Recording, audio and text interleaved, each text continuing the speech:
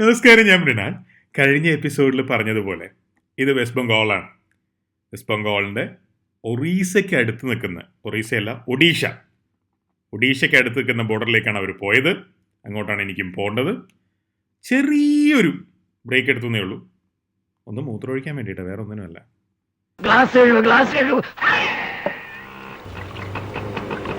ഇത് day 2 of driving ആണ്. ഇത് ഭുവനേശ്വറാണ്.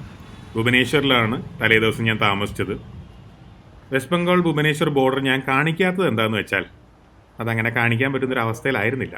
എനിവേ, ബംഗാളി റോസ്കുള നമ്മൾ മേടിച്ച് വണ്ടിയിൽ വെച്ചിട്ടുണ്ട്. ഇനി ഒഡീഷ റോസ്കുള മേടിക്കണ്ടേ? ഇതാണ് ഒഡീഷ റോസ്കുള വെക്കുന്ന ഭുവനേശ്വറിലെ ഏറ്റവും പേരുകേട്ട ഷോപ്പ്. ഒറിജിനൽ ഗുലാബ് ജാമുൻ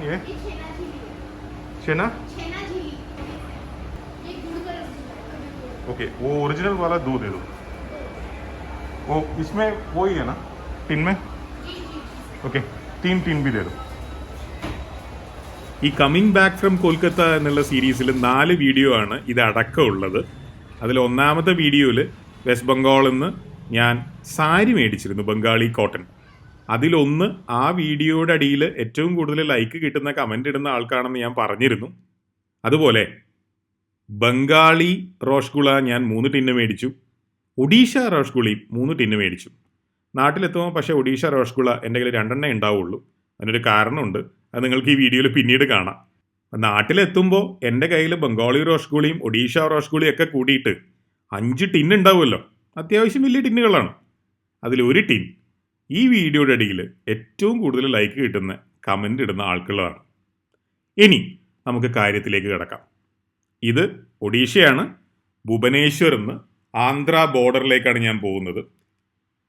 ഒഡീഷ ബോർഡറിൽ നല്ല ചെക്കിംഗ് ആയിരുന്നു. അവിടുന്ന് രക്ഷപ്പെട്ട് വരാൻ നല്ല പാടുപെട്ടു. അപ്പോൾ ഒഡീഷ ആന്ധ്ര ബോർഡർ എന്തായിരിക്കും എനിക്ക് അറിയില്ല. ഞാൻ താമസിച്ച ഹോട്ടലിലെ ആളുകൾ പറഞ്ഞത് ബോർഡറിലൊക്കെ ഭയങ്കര ചെക്കിംഗ് ആണെന്നാണ്. ഈ ടോളുകളെ കുറിച്ച് നമുക്ക് പിന്നീട് സംസാരിക്കാം. അതിനുള്ള ഒരു അവസരം വരുമെന്ന് ഞാൻ പ്രതീക്ഷിക്കുന്നു. ഇത് ഇപ്പം അവിടെ നിൽക്കട്ടെ. നമ്മുടെ ഇപ്പോഴത്തെ പ്രശ്നം ബോർഡറാണ്. ആന്ധ്ര ബോർഡറിലേക്ക് ഭുവനേശ്വറിൽ നിന്ന് 200 കിലോമീറ്ററാണ് ദൂരം. അവിടെ എന്ത് ടൈപ്പ് ചെക്കിംഗ് ഉണ്ടാവുമെന്നോ എന്നെ കയറ്റി വിടുമെന്നോ ഇതൊന്നും എനിക്കറിയില്ല. എന്തായാലും മുന്നോട്ട് വെച്ച കാൽ മുന്നോട്ട് തന്നെ പോട്ടെ. നിങ്ങൾ ഈ സൈൻ ബോർഡ് ശ്രദ്ധിച്ചോ? വിശാഖപട്ടണം 180 കിലോമീറ്റർ. അതിനർത്ഥം ഞാൻ ബോർഡർ പിന്നിട്ടിട്ട് 70 കിലോമീറ്റർ ആയി എന്നാണ്. കാരണം ബോർഡറിൽ നിന്ന് വിശാഖപട്ടണത്തേക്ക് 250 കിലോമീറ്ററാണ്. എന്നെ ആരും ഇതുവരെ തടഞ്ഞു നിർത്തിയിട്ടില്ല. ഒരാളും ഒന്നും ചോദിച്ചില്ല. ഈ സൈൻ ബോർഡിൽ വിശാഖപട്ടണത്തേക്ക് 150 പരം കിലോമീറ്ററേ ഉള്ളൂ. അതിനർത്ഥം ഞാൻ ആന്ധ്രയിൽ എത്തിയിട്ട് ഡ്രൈവ് ചെയ്യാൻ തുടങ്ങി 100 കിലോമീറ്റർ ആയി എന്നാണ്. ഇനിയിപ്പോൾ ആരും തടയാൻ സാധ്യതയില്ല അല്ലേ? നിങ്ങൾ ഏത് സംസ്ഥാനത്തു നിന്നാണ് വരുന്നതെന്ന് ചോദിച്ചിട്ട്. ഒഡീഷ പോലീസ് ഒഡീഷയിലേക്ക് കയറുമ്പോൾ മാത്രമേ ചെക്ക് ചെയ്തുള്ളൂ. ആന്ധ്ര പോലീസ് ആന്ധ്രയിലേക്ക് കയറുമ്പോൾ ചെക്ക് ചെയ്തുമില്ല. ഓരോ സംസ്ഥാനത്തും ഓരോ രീതിയിലാണ് പോലീസ് ചെക്കിങ്ങും കാര്യങ്ങളെന്ന് എനിക്ക് ഈ 3 സംസ്ഥാനങ്ങളിൽ നിന്ന് തന്നെ മനസ്സിലായി. വെസ്റ്റ് ബംഗാൾ, ഒഡീഷ, ആന്ധ്രാപ്രദേശ്. നിങ്ങൾ ഈ ടോളുകളൊക്കെ ഇടയ്ക്കിടയ്ക്ക് കാണുന്നുണ്ടല്ലോ അല്ലേ? എന്നിട്ട് എനിക്ക് ഡ്രൈവ് ചെയ്യാൻ കിട്ടുന്ന റോഡും കാണുന്നുണ്ടല്ലോ അല്ലേ? വളരെ മോശം അവസ്ഥയിലുള്ള റോഡുകൾ, നാരോ ആയിട്ടുള്ള റോഡുകൾ. പക്ഷേ കൃത്യമായിട്ട് മനുഷ്യനെ തടഞ്ഞു നിർത്തി പറ്റാവുന്നത്ര വെയിറ്റ് ചെയ്യിച്ചിട്ട് അവർ ടോള് പിരിക്കുന്നുമുണ്ട്. ഇവർ എന്താണ് ഉദ്ദേശിക്കുന്നത്? റോഡ് ഉണ്ടാക്കിയിട്ട് ആ റോഡ് ഉപയോഗിക്കാൻ വേണ്ടിയിട്ട് ടോള് പിരിക്കുന്നത് തന്നെ എൻ്റെ അഭിപ്രായത്തിൽ ശരിയല്ലാത്തൊരു പരിപാടിയാണ്. കാരണം ഇൻഫ്രാസ്ട്രക്ചർ ഡെവലപ്പ് ചെയ്യേണ്ടത് ഗവൺമെൻറ്റിൻ്റെ ജോലിയാണ്. നിങ്ങൾ ശ്രദ്ധിച്ചിട്ടുണ്ടോയെന്നറിയില്ല, കഴിഞ്ഞ 5 വർഷമായിട്ട് കേരള ഗവൺമെൻറ് ഓരോ ടോളുകളായിട്ട് ഇല്ലാണ്ടാക്കുമായിരുന്നു കേരളത്തിലെ. നാഷണൽ ഹൈവേയിലെ ടോൾ ഇല്ലാണ്ടാക്കാൻ കേരള ഗവൺമെൻറ്റിന് പറ്റില്ല, ബാക്കിയുള്ളത്. അപ്പം അതൊക്കെ ഒരു ബേസിക് ജനസേവനത്തിൻ്റെ ഭാഗമല്ലേ? എന്നിട്ട് നല്ല റോഡ് ഉണ്ടാക്കിയിട്ട് ടോള് പിരിക്കുന്നത് പിന്നെയും ഏതെങ്കിലും രീതിയിൽ ആർക്കെങ്കിലും ന്യായീകരിക്കാൻ പറ്റിയേക്കും. പക്ഷെ ഇത്രയും മോശം റോഡുകളിലൂടെ ഇത്രയും മോശം കണ്ടീഷനിൽ ഡ്രൈവ് ചെയ്യപ്പെടുന്ന ആളുകളുടെ കയ്യിൽ നിന്ന് ഇത്രയും വലിയ ടോളുകൾ പിരിക്കുക എന്ന് പറയുന്നത് എന്ത് അടിസ്ഥാനത്തിലാണെന്ന് എനിക്കറിയില്ല. എനിവേ, ഇത് ശ്രീകാക്കുളം എന്ന് പറയുന്ന ടൗണാണ്. ഞാനിവിടെ ഒരു റെസ്റ്റോറൻറ്റിൽ ഭക്ഷണം കഴിക്കാനുള്ള ശ്രമത്തിലാണ്. പക്ഷെ വണ്ടി പാർക്ക് ചെയ്യാനുള്ള സൗകര്യം കാര്യങ്ങളൊന്നും ഇല്ലാത്തതുകൊണ്ട് അവിടെ നിന്ന് ഇറങ്ങി. ഈ ലോറിക്കൊക്കെ റോട്ടിലേ പോവാൻ അനുവാദം കൊടുക്കുന്നത് ആരാണാവോ? എങ്ങനെയാണ് ഇതൊക്കെ കടന്നൊരാൾ മുന്നോട്ട് പോവുക? എന്തൊരു ന്യൂയിസൻസ് ആണ് ഇതൊക്കെ. എനിവേ വലിയൊരു റോഡ് ഉണ്ടായിരുന്നെങ്കിൽ ദേ ഇങ്ങനെ പോവായിരുന്നു അല്ലേ ആ ലോറിക്ക്. അത് നേരത്തെ കണ്ട ലോറിയല്ല, ഇത് പുതിയ ലോറിയാണ് കേട്ടോ. ഇഷ്ടംപോലെ ലോറികളുണ്ട് ഇങ്ങനെ. ദുബായിലൊക്കെ കേട്ടിട്ടുണ്ട് പകൽ സമയത്ത് അത്യാവശ്യം നല്ല ട്രാഫിക്കുള്ള സമയത്ത് ഇത്രയും വലിയ ലോറികൾക്ക് പോകാൻ അനുമതി ഉണ്ടാവില്ല എന്ന്. അവോ ഇന്ത്യയിൽ എങ്ങനെയാണെന്ന് എനിക്കറിയില്ല. അടുത്ത ടോള് വലിയൊരു അത്ഭുതമോ ഒന്നുമല്ല ഈ യാത്രയിൽ. ദുരിതം പിടിച്ച ടോളുകൾ, ദുരിതം പിടിച്ച റോഡുകൾ, ദുരിതം പിടിച്ച യാത്ര. ഇത് നമുക്ക് ഉണ്ടാക്കി തരണമെന്ന് നാഷണൽ ഹൈവേസ് അതോറിറ്റി ഓഫ് ഇന്ത്യക്ക് എന്തോ വലിയ നിർബന്ധമുള്ള പോലെ തോന്നും. ആന്ധ്രാപ്രദേശിലും ഒഡീഷയിലും ജാർഖണ്ഡിലും ഒക്കെ ഡ്രൈവ് ചെയ്യുമ്പോൾ. നമ്മൾ ശ്രീകാകുളത്ത് നിന്ന് കുറച്ച് മുന്നോട്ട് വന്നു. ഇവിടെ വളരെ പേര് കേട്ടൊരു ധാബയുണ്ട് എന്ന് കുറച്ച് വേണ്ടപ്പെട്ട ചാത്തന്മാർ പറഞ്ഞു. അപ്പോൾ ആ ധാബയിൽ നിന്ന് എന്തെങ്കിലും കഴിച്ചിട്ടാവാം ഇനി യാത്ര എന്ന് വിചാരിച്ചു. രാവിലെ ഭുവനേശ്വറിലെ ഹോട്ടലിൽ നിന്ന് ഭക്ഷണം കഴിച്ചതാണേ. പക്ഷേ ഈ ധാബയും അടഞ്ഞു കിടക്കുകയാണ്. രക്ഷയില്ല. ഓരോ സംസ്ഥാനത്തെയും കാര്യങ്ങളെക്കുറിച്ചിട്ടും ഓരോ ബോർഡർ ക്രോസ് ചെയ്യുന്നതിൻ്റെ കാര്യങ്ങളെക്കുറിച്ചിട്ടൊക്കെ എന്നെ സഹായിച്ചുകൊണ്ടിരിക്കുന്ന കുറച്ച് ആളുകളുണ്ട്. അവർ പറഞ്ഞത് പ്രകാരം വിശാഖപട്ടണത്ത് ഇന്ന് വൈകിട്ട് താമസിക്കുന്നതാണ് നല്ലത്. എന്തുകൊണ്ടെന്ന് വെച്ചാൽ ഇനി ഞാൻ പോകേണ്ടത് വിജയവാഡ ഭാഗത്തേക്കാണ്. രാത്രി ആന്ധ്രാപ്രദേശിലൂടെ ഡ്രൈവ് ചെയ്യുന്നത് അത്ര നല്ലൊരു ഐഡിയ അല്ല എന്നാണ് അവരുടെ അഭിപ്രായം. പ്രത്യേകിച്ച് തൊട്ടടുത്ത സംസ്ഥാനമായ തെലങ്കാനയിൽ ഈ ഒരു സമയത്ത് വലിയ പല റാലികളും ഈ രാജ്യം ഭരിക്കുന്ന പാർട്ടി നടത്തിക്കൊണ്ടിരിക്കുന്നുണ്ടത്രേ. എന്തോ അതിൻ്റെയൊക്കെ ആഫ്റ്റർ എഫക്റ്റ് ആയിട്ട് പോലീസ് കുറച്ചുകൂടെ സ്ട്രിക്റ്റ് ആയാൽ രാത്രി ഞാൻ റോഡ് സൈഡിൽ കുടുങ്ങും. അതുകൊണ്ട് വിശാഖപട്ടണത്ത് ഒരു റൂം എടുത്ത് ഇവിടെ കൂടാമെന്ന് വെച്ചു.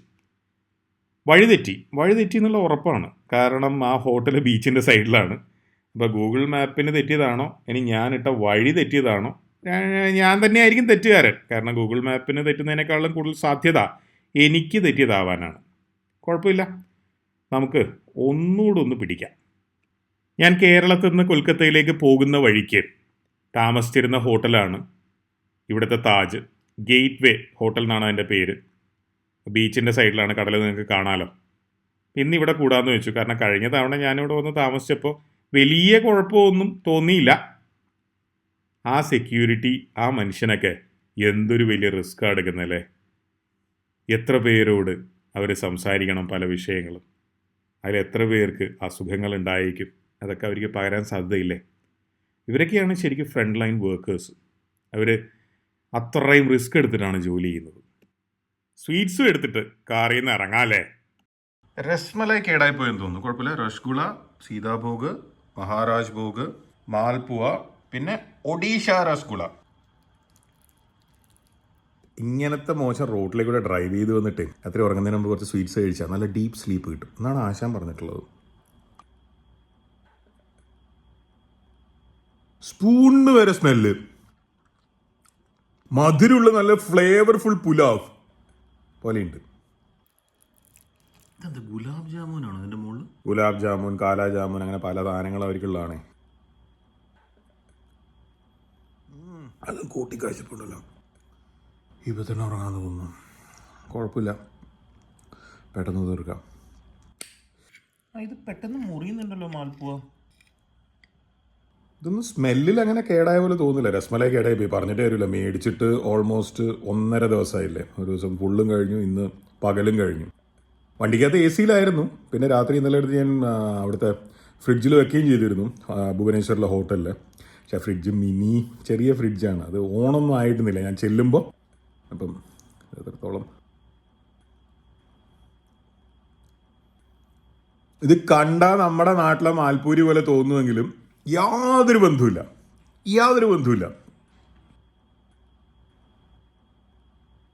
മാൽപ്പൂരി കടിച്ച് കഴിക്കണ്ടേ, ഇത് അലിഞ്ഞു പോവുക. ഇത് രസ്മലായുടെയും ഗുലാബ് ജാമുൻ്റെയും ആ ഒരു ഫാമിലിയിൽ പെട്ട ഒരു സാധനത്തിനെ പരത്തിയെടുത്ത് ഫ്രൈ ചെയ്തിട്ട് ഷുഗർ സിറപ്പിലിട്ട പോലെ ഉണ്ടെന്ന് തോന്നുന്നു. ഇതാണ് രാജ്ഭോഗ്. ഇത് രസ്മലായുടെയും രസഗുളയുടെയും ഇടയിലുള്ളൊരു സാധനമാണെന്നാണ് കാണുമ്പോൾ തോന്നുന്നത്. ഇനി ഇതൊക്കെ അന്നത്തെ കാലത്തല്ലേ കുറേ മണ്ട രാജാക്കന്മാരുണ്ടായിട്ടുണ്ടാവുമല്ലോ. ഞാനാണോ വലുത് എന്ന് അങ്ങോട്ടും ഇങ്ങോട്ടും ചോദിക്കുന്നവർ. അവർ ഈഗോനെ സാറ്റിസ്ഫൈ ചെയ്യാൻ ചിലപ്പോൾ ഏതെങ്കിലും ഒരു മണ്ടൻ രാജാവിന് ഉണ്ടാക്കി കൊടുത്തതായിരിക്കും. മധുരത്തിൻ്റെയൊക്കെ കാര്യത്തിൽ ഒരു ടേൺ ഡൗൺ ചെയ്ത് റോഷ്ഗുള പോലെ ഉണ്ട്. ആ ചിലപ്പോൾ ഷുഗറുള്ള രാജാവിന് ഉണ്ടാക്കി കൊടുത്താണോ ഇത്? അന്നത്തെ കാലത്ത് ഷുഗർ ഉണ്ടോ? ഇനിയാണ് the nation wants to know, Odisha രസഗുളയാണോ ബംഗാളി രസഗുളയാണോ നല്ലത്? ബാക്ക്ഗ്രൗണ്ട് മ്യൂസിക് കിട്ടറോ, ചിൻ ചിൻ ചിൻ ചിൻ ചിൻ ചിൻ ചിൻ ചിൻ. ഇതിൻ്റെ ഒരു ടെക്സ്ചറും സംഭവങ്ങളൊക്കെ കണ്ട ഇവനെ മുറിച്ചിട്ട് അതിൻ്റെ അടുത്ത് വെക്കാം. കാണാൻ അതിൻ്റെ കൺസ്ട്രക്ഷൻ ഓൾമോസ്റ്റ് സെയിം അല്ലേ? പക്ഷെ ബംഗാളി രസഗുള നല്ലോണം ഷുഗർ സിറപ്പ് കൂട്ടി കഴിക്കണം. ഒഡീഷ രസഗുള അത്ര ഷുഗർ സിറപ്പ് ഇല്ല. ആ കടയിൽ അവർ വെച്ചതും അങ്ങനെയൊക്കെ തന്നെയാണല്ലോ. ABCDEFGHIJKLMNOP okay, ഇതാദ്യം.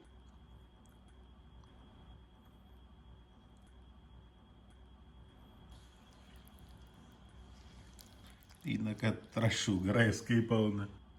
ഷുഗറിൽ മുക്കി കഴിക്കുക. ഇനിയിപ്പോൾ സയൻറ്റിഫിക് ആയില്ല എന്ന് പറയണ്ട. ഷർട്ടിൽ വേണം മുറ്റിക്കോ, ഷർട്ട് മാറ്റാനുള്ളതാ.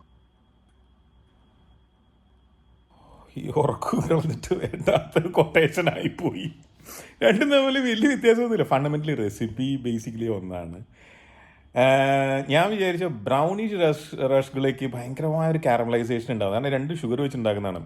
ജാഗ്രി വെച്ചിട്ട് അല്ല ചെയ്യുന്നത്. ജാഗ്രി വെച്ച് ചെയ്യുന്ന റസ്ഗുള ഉണ്ട്. അത് പിന്നെ വിൻ്റർ സമ്മർ മാറി മാറി അങ്ങനെയുള്ളൊരു ചില സംഭവങ്ങളൊക്കെ ഉണ്ട്. അതിൻ്റെ ഡീറ്റെയിൽസിലേക്ക് നമുക്ക് പോകാം വെസ്റ്റ് ബംഗാളിൻ്റെ ബാക്കിയുള്ള പാട്ടിലേക്കൊക്കെ പോകുമ്പോൾ. പക്ഷെ ഇതെന്ന് പറയുന്നത് നോട്ട് മച്ച് ഡിഫറൻസ്. ഈവൻ ആ കാരമലൈസേഷൻ പോലും നമുക്ക് അങ്ങനെ ടേസ്റ്റ് ചെയ്യാൻ പറ്റുന്നില്ല. പിന്നെ ഒരു വ്യത്യാസമുണ്ട്. ഒഡീഷ രസഗുള ചൂടാക്കി കഴിക്കണം.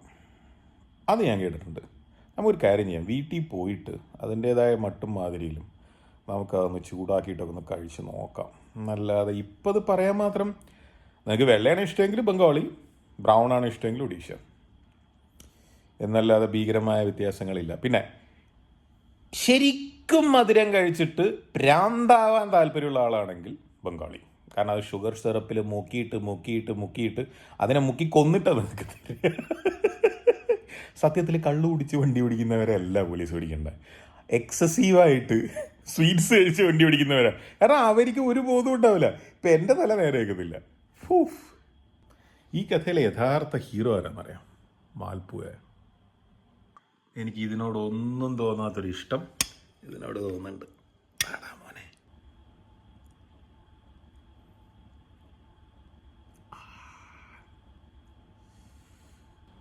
ഇനി ഞാൻ ഉറങ്ങട്ടെ. ഇത് വിശാഖപട്ടണത്തെ താജാണ്. ഇവിടെ ആരും ഇല്ല, ആരും വരേണ്ട കാര്യമില്ല. എത്ര ക്ലൂലെസ് ആയി വരുന്നറിയാം. അതുപോലെ ഈ കട്ട്ലറി വെച്ചിരുന്ന ടവലാണിത്. നമുക്ക് ആരോ ഉപയോഗിച്ചതായത്, ആരോ തൊട്ടതായത്. ഞാൻ ആരോ ഉപയോഗിച്ച ടവൽ ഇവിടെ വെച്ചതല്ല പ്രശ്നം, ആരോ തൊട്ട towel. How can you put used towel on my table? See? It's COVID, don't you know? Yeah, that's a used towel. Get me a sanitizer. Not clean, sir. This table is clean. How do I know? They told me to sit here. Get me a sanitizer. I'll get you, sir.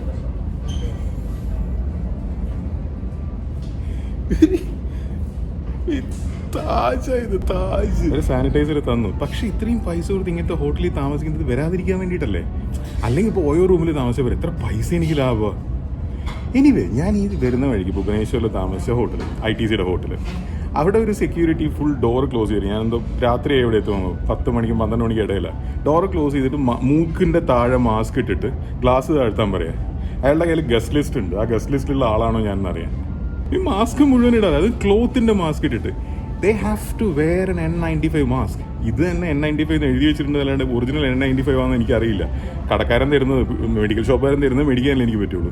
Cloth mask effective അല്ലാതെ ഇവർക്ക് അറിയില്ലേ. പല ഹോട്ടൽസും അവരുടെ brand ചെയ്തിട്ട് cloth mask കൊടുത്തിരിക്കുക. That's not bloody effective അവിടെ. പക്ഷേ എല്ലാ ഹോട്ടലും, ഈവൻ താജ് വിവാന്ത കൊൽക്കത്ത ആയാലും ITCയുടെ ഇവരായാലും ഭുവനേശ്വർ ആയാലും, അവർ ബ്രേക്ക്ഫാസ്റ്റ് റൂമിലേക്ക് കൊടുത്തേക്കും. നമുക്കിപ്പം റെസ്റ്റോറൻറ്റിൽ പോകും, ഇപ്പോൾ കോംപ്രമൈസ് സിറ്റുവേഷൻ അല്ലേ, ഇതൊരു ലൊക്കേഷൻ അങ്ങനെയല്ലേ. ഇവരാണെങ്കിൽ ബ്രേക്ക്ഫാസ്റ്റ് റൂമിലേക്ക് കൊടുത്തേക്കില്ല. ഇവർ പറയാം അത് പാക്കേജിൻ്റെ പാർട്ടല്ലേ, നിങ്ങൾ ഇവിടെ വന്ന് കഴിക്കണം. പാക്കേജിൻ്റെ പാർട്ട് എന്ന് പറയുമ്പോൾ അല്ലെങ്കിൽ പിന്നെ ഞാൻ 2 ഇഡ്ഡലി കുറച്ച് സാമ്പാറും 500 രൂപയും എത്രയോ മറ്റേ സാറ് GST മേടിക്കുന്നുണ്ടല്ലോ നമ്മുടെ ഉദ്ധരിക്കാൻ വേണ്ടിയിട്ട്. എത്രയോ ഇവിടുത്തെ GST എത്രയാണ്? 18%, 28%, എന്തോ പണ്ടാരാണോ. എൻ്റെ ദൈവമേ. ഇപ്പം ഇവിടെ നടന്നത് ആ പയ്യൻ്റെ തെറ്റല്ല. അവൻ ഓരോ ടേബിളായിട്ട് ക്ലീൻ ചെയ്ത് വരുമായിരുന്നു. എൻ്റെ ടേബിളിൽ, ഞാൻ ഇരുന്ന ടേബിളിൽ ടിഷ്യൂ മാറ്റിയിട്ടുണ്ടായിരുന്നില്ല. ഇതറിയാതെ ഞാൻ എവിടെ ഇരിക്കണമെന്ന് അവിടെ ഉള്ളവരോട് ചോദിച്ചപ്പോൾ അവർ എന്നെ അവിടെ കൊണ്ട് ഇരുത്തിയതാണ്. ജസ്റ്റ് കോർഡിനേഷൻ ഇല്ലായ്മ. സാധാരണഗതിയിലാണ് അതൊരു പ്രശ്നമല്ല.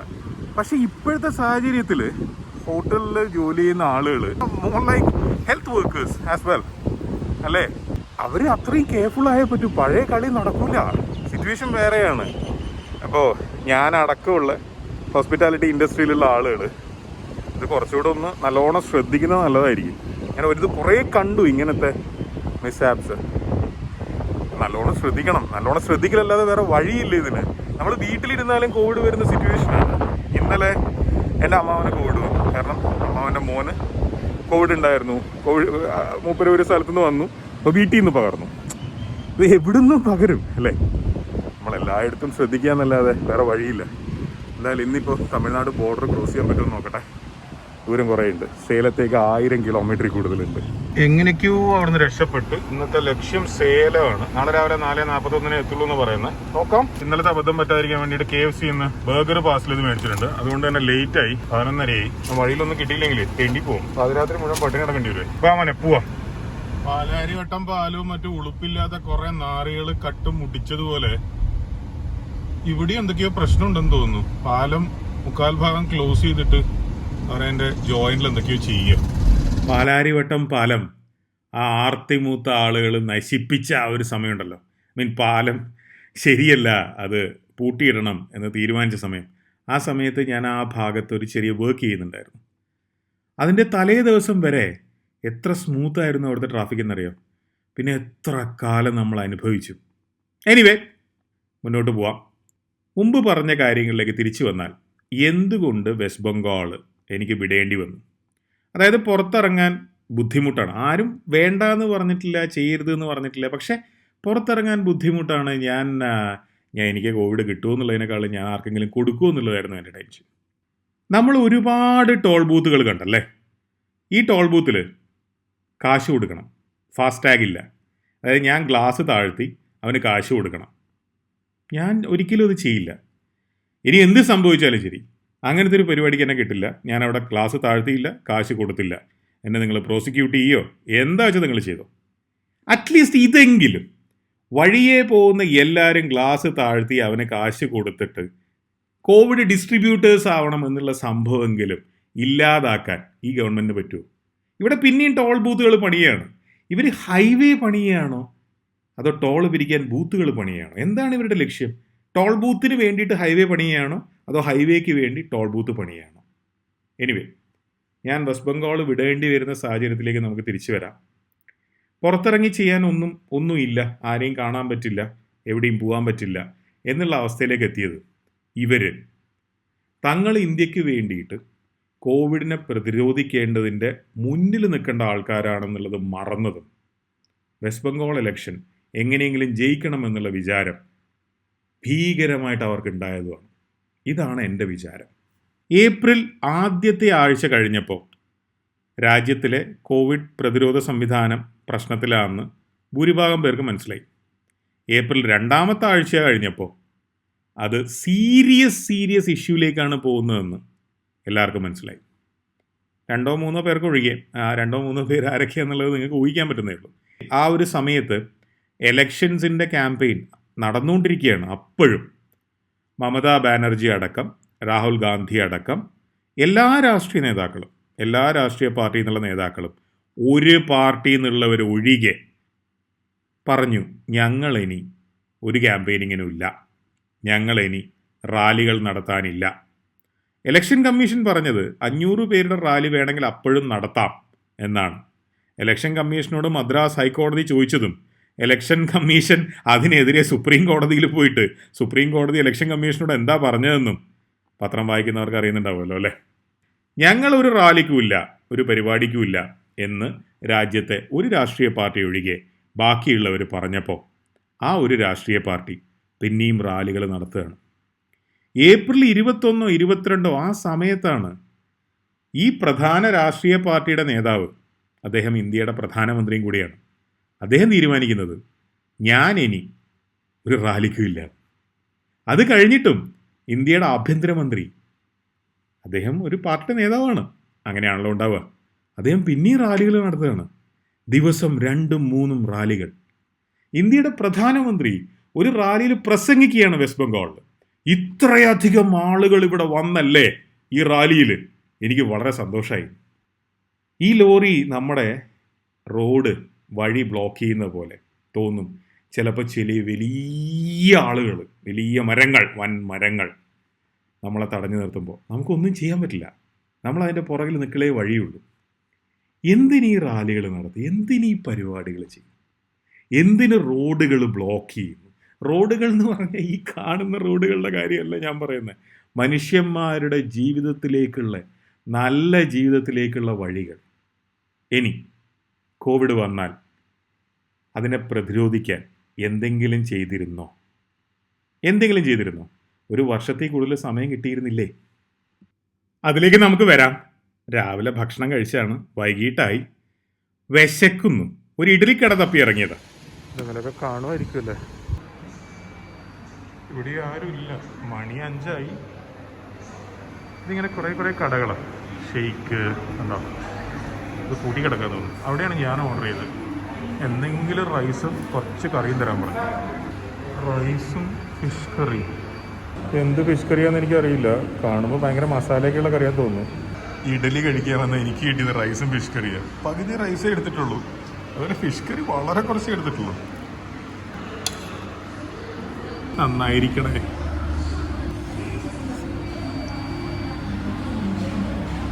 ചിക്കൻ കറിയുടെ ഗ്രേവിയിൽ ഫിഷ് ഇട്ട പോലെ ഉണ്ട്. അപ്പോൾ ഇവിടെ ഒരു ഗ്രേവി ഉണ്ടാക്കി വെച്ചിട്ടുണ്ടാവും. അതിൽ ഫിഷ് ഇടും, ചിക്കൻ ഇടും, മട്ടൻ ഇടും. ബീഫ് ഇല്ലാത്തതുകൊണ്ട് അത് ഇടില്ലായിരിക്കും.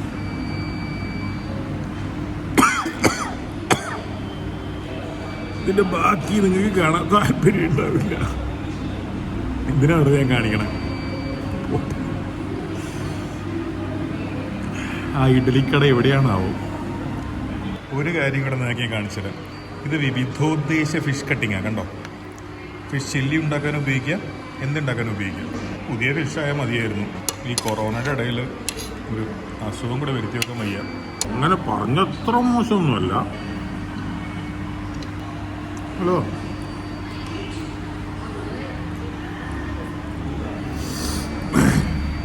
എന്നെ ഈ പെയ്ഡ് റിവ്യൂവിന് പലരും വിളിക്കാറുണ്ട്.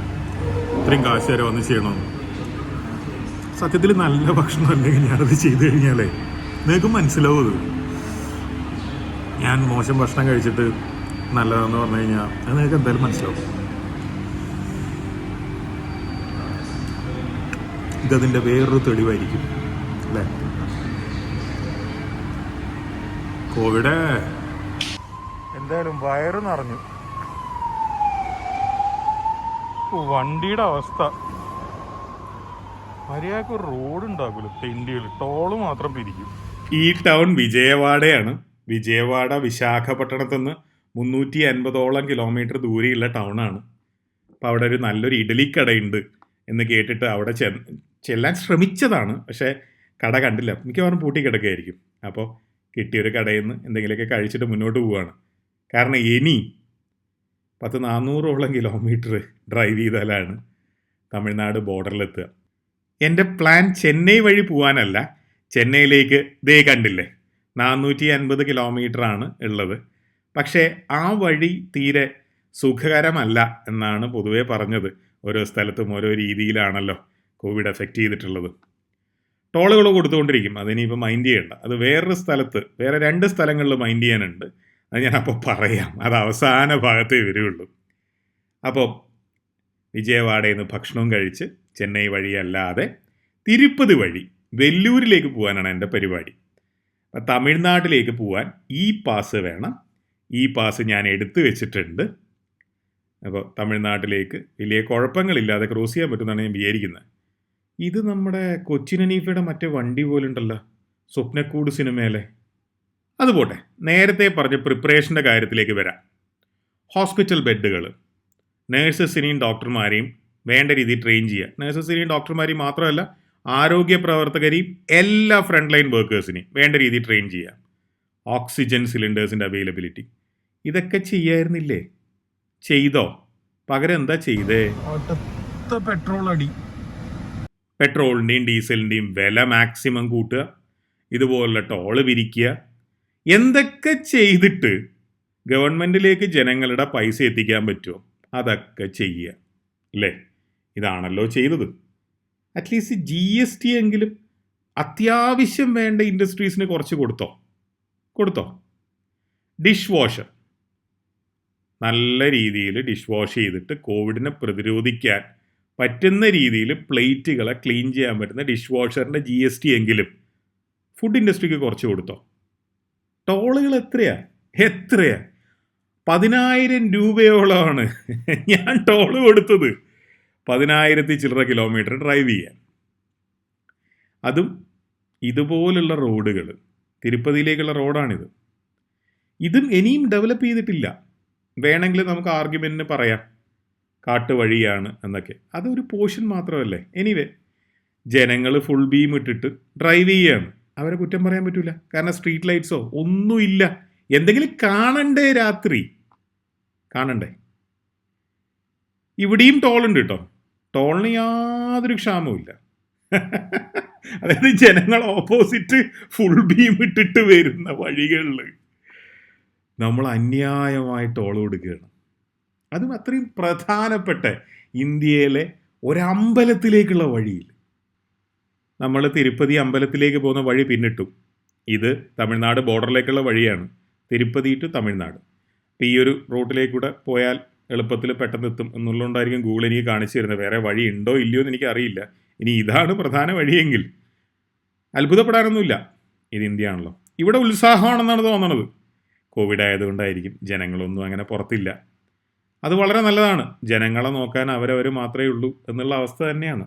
അത് അവരവർ തന്നെ നോക്കുകയും വേണം. പ്രത്യേകിച്ച് ആന്ധ്രാപ്രദേശ് പോലുള്ള സംസ്ഥാനങ്ങളിലൊക്കെ ഹൈ ബീം ലൈറ്റ് ഇട്ടിട്ട് ഇവർ കാട്ടുവഴികളിലൂടെ വരികയാണ്. ഇത് കാട്ടുവഴിയാണ്, ശരിക്കും കാട് പോലുള്ളൊരു സ്ഥലമാണ്.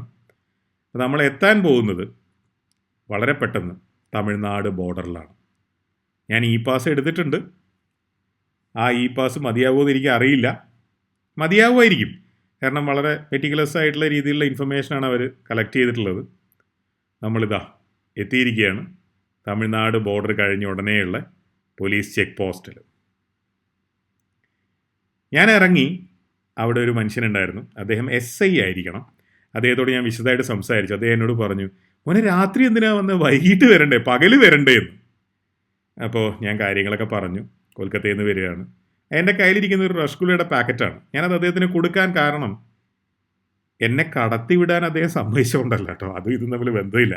അത് കൈക്കൂലിയായിട്ട് കൊടുത്തതല്ല. ഞാൻ കൈക്കൂലി കൊടുക്കുന്നതിൽ വിശ്വസിക്കുന്നുമില്ല. അവരുടെ അവിടുത്തെ സിറ്റുവേഷൻ അത്ര നല്ലതൊന്നുമല്ല. അവർ ഒരുപാട് പേരെ കടന്നു വരുന്ന ഒരുപാട് പേരുടെ ദുഃഖങ്ങളും ദുരിതങ്ങളും കണ്ടുകൊണ്ട് അവിടെ ഇരിക്കുകയാണ്. അവരെന്നോട് പറഞ്ഞു കടത്തിവിടാം, പക്ഷേ വെല്ലൂർ താമസിക്കണം. വെല്ലൂർ കഴിഞ്ഞ് പോകരുത്, കാരണം തമിഴ്നാട്ടിൽ കർഫ്യൂ ആണ്. രാത്രി നിങ്ങൾ വരാൻ പാടില്ലായിരുന്നു. നിങ്ങൾക്കത് അറിയില്ല എന്ന് ഞങ്ങൾക്ക് മനസ്സിലായി, കാരണം നിങ്ങൾ ദൂരെ നിന്ന് വരുന്നതാണ്. അവരൊറ്റ കാരണം കൊണ്ടാണ് ഞങ്ങളിത് ചെയ്യുന്നത്. ഹോട്ടൽ റൂം എടുക്കുന്നു, ഹോട്ടലിൽ താമസിക്കുന്നു. വെല്ലൂർ പാതിരാത്രി ഒരു ഹോട്ടൽ റൂം സംഘടിപ്പിച്ചു. അവർ ട്രാവൽ ചെയ്യണ്ടെന്ന് പറഞ്ഞാൽ പിന്നെ നമ്മൾ ട്രാവൽ ചെയ്യാൻ പാടില്ലല്ലോ. പക്ഷേ ഹൈലൈറ്റ് ഇതാണ് കണ്ടാ, ഉച്ചയ്ക്ക് ഞാൻ ആ കൂതറ ഭക്ഷണം കഴിച്ചിട്ട് സേവ് ചെയ്ത ബർഗർ. അങ്ങനെ ആകുമ്പോൾ രാത്രി എനിക്ക് എന്തെങ്കിലും കഴിക്കാണ്ടാവുമല്ലോ. KFC അപ്പൂപ്പൻ ടു ദ റെസ്ക്യൂ. 2 ബർഗർ ഉണ്ടല്ലേ, രക്ഷപ്പെട്ടു. ഇതിനെ ബർഗർ എന്ന് വിളിക്കാൻ പറ്റില്ല. ഇത് ചിക്കനാണ്, ബീഫ് മാത്രമേ ബർഗർ ആവുള്ളൂ. രണ്ടാമത് ഇത് കാറിൽ AC ഇരുന്നതാണ്, നല്ല തണുപ്പുണ്ട്. പക്ഷേ I can tell you this is the best burger I have ever had, or at least this is the best burger I have had in A long time.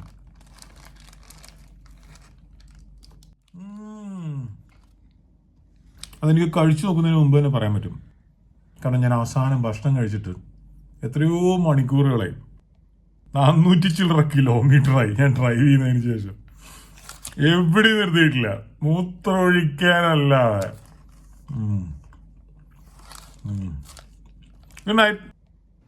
സേലത്ത് താമസിക്കാനാണ് പ്ലാൻ ചെയ്തിരുന്നേ. അതെന്തുകൊണ്ടെന്ന് വെച്ചാൽ ഈ രാവിലെ ആകുമ്പോൾ എന്തായാലും ഉച്ചയാവും ഞാൻ എഴുന്നേൽക്കുമ്പോൾ. അത്രയും ഡ്രൈവ് ചെയ്തിട്ടില്ലേ വരുന്നത്. നല്ലൊരു മീൽസ് കഴിക്കാം, നോൺ വെജിറ്റേറിയൻ മീൽസ് എന്നുള്ള ധാരണയിലായിരുന്നു. കുഴപ്പമില്ല, 11 മണിക്ക് പുറപ്പെട്ടു. ഉച്ചയാകുമ്പോൾ സേലത്തെത്തും, ഭക്ഷണം കഴിക്കാം. സേലത്തെത്തി. തമിഴ്നാട് മൊത്തം പാർസൽ മാത്രമേ ഉള്ളൂ. ഞാൻ ഈ വണ്ടിയുടെ ഉള്ളിൽ ഇരുന്നിട്ട് എങ്ങനെയാ ഒരു താലി പാർസൽ കഴിക്കുന്നത്? അപ്പോൾ വിശപ്പുണ്ട്, എന്നാലും കുഴപ്പമില്ല, പോവാ. വീട്ടിൽ കുറച്ച് ഭക്ഷണം ഉണ്ടാക്കാൻ പറഞ്ഞിട്ടുണ്ട്. അപ്പോൾ എന്തെങ്കിലും ചെയ്യാൻ പറ്റുമോ നോക്കാം. KFC ബർഗർ കിങ്ങോ അങ്ങനെ എന്തെങ്കിലും നോക്കേണ്ടി വരും, അല്ലാതെ വേറെ വഴിയുണ്ടെന്ന് എനിക്ക് തോന്നുന്നില്ല. കാരണം വണ്ടിക്കകത്തിരുന്ന് കഴിക്കാൻ പറ്റുന്ന പാർസൽ നമ്മളെ മലയാളികൾ കാര്യമായിട്ടൊന്നും കണ്ടുപിടിച്ചിട്ടില്ലല്ലോ. പൊറോട്ട റോളൊക്കെ ഉണ്ടെന്ന് തോന്നുന്നു അല്ലേ. പിന്നെ മലയാളികളുടെ ആണല്ലോ ഷവർമ അല്ലേ. അങ്ങനെ പറയരുത്. ഇത് നടപടിയാവാത്ത സ്ഥിതിക്ക് നമുക്ക് കൊച്ചിക്കുള്ള വഴി നോക്കാം.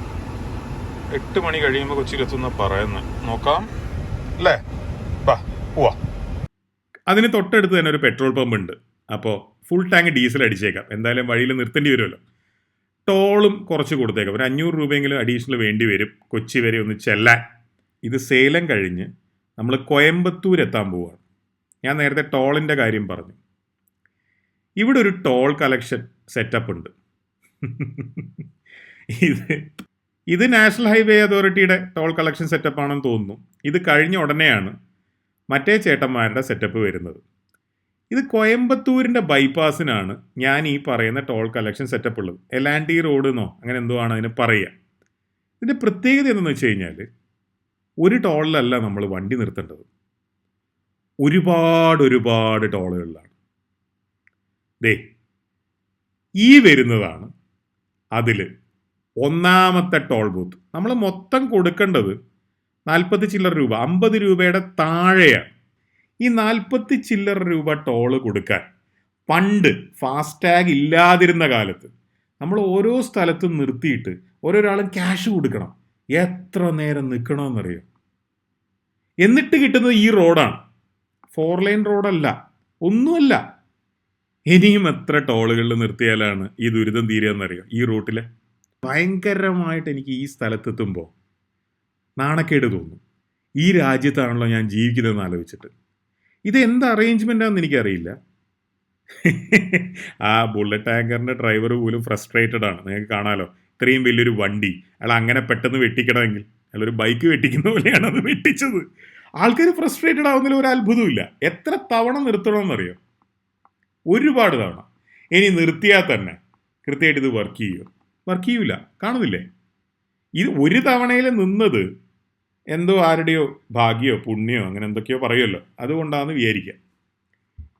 ഈ ഒരു സെറ്റപ്പ് ഇവർ പറയുന്ന ന്യായം എന്തെന്ന് വെച്ച് കഴിഞ്ഞാൽ കോയമ്പത്തൂരിൽ നിന്ന് പല വഴിക്കായിട്ട് ആളുകൾ റോട്ടിലേക്ക് കയറി വരും, അപ്പോൾ ആരും ടോൾ കൊടുക്കാതെ രക്ഷപ്പെടരുത് എന്നുള്ളതുകൊണ്ടാണെന്നാണ്. പക്ഷേ ഇതൊരു നാഷണൽ ഹൈവേയുടെ ഒരു പാർട്ടാന്നുള്ളതും തമിഴ്നാട്ടിൽ നിന്ന് കേരളത്തിലേക്ക് പോകാനുള്ള വളരെ പ്രധാനപ്പെട്ട ഒരു റോഡിൻ്റെ ഭാഗമാണെന്നുള്ളതും ഇവർ മറന്നുപോയില്ലേ. ആ കാണുന്ന മലകൾ കണ്ടോ? ആ മലകളെക്കുറിച്ച് കുറച്ച് കാര്യങ്ങൾ എനിക്ക് പറയാനുണ്ട്. കേരളത്തിനോട് അടുക്കുകയാണ്. തമിഴ്നാടിൻ്റെ പോലീസ് ചെക്ക് പോസ്റ്റായി. എക്സിറ്റ് ആണല്ലോ, പ്രത്യേകിച്ച് ചെക്കിംഗ് ഒന്നുമില്ല. അവിടെ പോലീസുകാർ നിൽക്കുന്നുണ്ട്, അവർ നമ്മളെ നോക്കി, കുഴപ്പമില്ല പൊക്കോളും. ആ മലകളിലാണ്, അവിടെ എവിടെയാണ് സദ്ഗുരു താമസിക്കുന്നതെന്ന് തോന്നുന്നു. നേരത്തെ പറഞ്ഞതിൻ്റെ കൂട്ടത്തിൽ ഒരു കാര്യം കൂടെ പറയാനുണ്ട്. ബാബ രാംദേവ് മുതൽ മോഹനൻ വൈദ്യര് വരെ ഒരുപാട് ആളുകളുണ്ട്.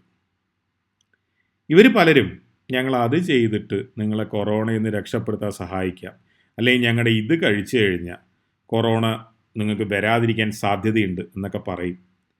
അങ്ങനെയൊക്കെ പറയുന്നവർ ശാസ്ത്രീയ അടിത്തറ ഇല്ലാത്തവരാണെന്ന് നമ്മൾ മനസ്സിലാക്കണം. ഇത് ഞാൻ പ്രത്യേകം പറഞ്ഞിട്ട് നിങ്ങൾ അറിയേണ്ട കാര്യമാണെന്ന് എനിക്ക് തോന്നുന്നില്ല. എന്നാലും ഞാനൊന്ന് പറഞ്ഞതന്നേ ഉള്ളൂ.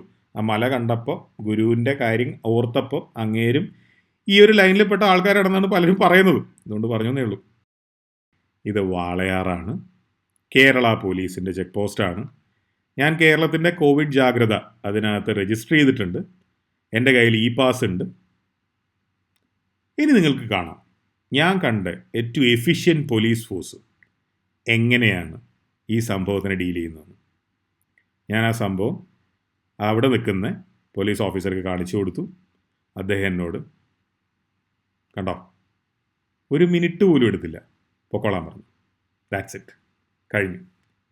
അവർക്കറിയാം ഞാൻ എവിടെ നിന്നാണ് വരുന്നതെന്ന്, അവർക്കറിയാം ഞാൻ എവിടേക്കാണ് പോകുന്നതെന്ന്, അവർക്ക് ഞാൻ വരുന്ന സ്ഥലത്തിൻ്റെ പിൻകോഡ് അറിയാം, അവർക്ക് ഞാൻ പോകുന്ന സ്ഥലത്തിൻ്റെ പിൻകോഡ് അറിയാം, അവർക്ക് എൻ്റെ എല്ലാ ഡീറ്റെയിൽസും അറിയാം. അപ്പം നാളെ എന്തെങ്കിലും ഒരു ആവശ്യത്തിന് എന്നെ ട്രേസ് ചെയ്യണമെങ്കിൽ അവർക്ക് പറ്റും. സിമ്പിൾ ആൻഡ് എഫിഷ്യൻറ്റ് വേ. തമിഴ്നാട് പോലീസും ഈ കാര്യത്തിൽ ഒട്ടും മോശമായിരുന്നു എന്ന് ഞാൻ പറയില്ല. പക്ഷെ ഒഡീഷ പോലീസ് ഇങ്ങനെയല്ല ഇതിനെ ഡീൽ ചെയ്തത്. അവർ വണ്ടിയുടെ RC ബുക്ക്, ഡ്രൈവറുടെ ലൈസൻസിൻ്റെ കോപ്പി, ഇതിൻ്റെയൊക്കെ കോപ്പികൾ ഡീറ്റെയിൽസ് എടുക്കുകയായിരുന്നു. ഒരാൾ എവിടുന്നാണ് വരുന്നത്, എവിടേക്കാണ് പോകുന്നത്, എങ്ങനെയാണ് അവർക്ക് അറിയാൻ പറ്റുക? ഇനി കേരളത്തിലെ നാഷണൽ ഹൈവേസ് അതോറിറ്റീസിൻ്റെ ആദ്യത്തെ ടോൾ, വാളയാറിലെ ടോൾ. നമ്മൾ ഈ ടോള് കൊടുത്താൽ നമുക്ക് സുഗമമായി സഞ്ചരിക്കാനുള്ള നല്ല റോഡാണോ അവർ തരുന്നത്? ആണോ? എനിക്കുണ്ടായ അനുഭവം ഇതാണ്. റോഡിൻ്റെ പകുതി ക്ലോസ് ചെയ്തിട്ടുണ്ട്. ഞാൻ ഈ ലോറിയുടെയും അങ്ങനെ പല വണ്ടികളുടെയും പുറകിൽ കുറേ നേരം ക്യൂ നിൽക്കുകയായിരുന്നു. ഇത് കഴിഞ്ഞ് മുന്നോട്ട് പോയിട്ട് പിന്നെയും എനിക്കുണ്ടായ അനുഭവം അത്ര നല്ലതൊന്നുമല്ല റോഡിൻ്റെ കാര്യത്തിൽ.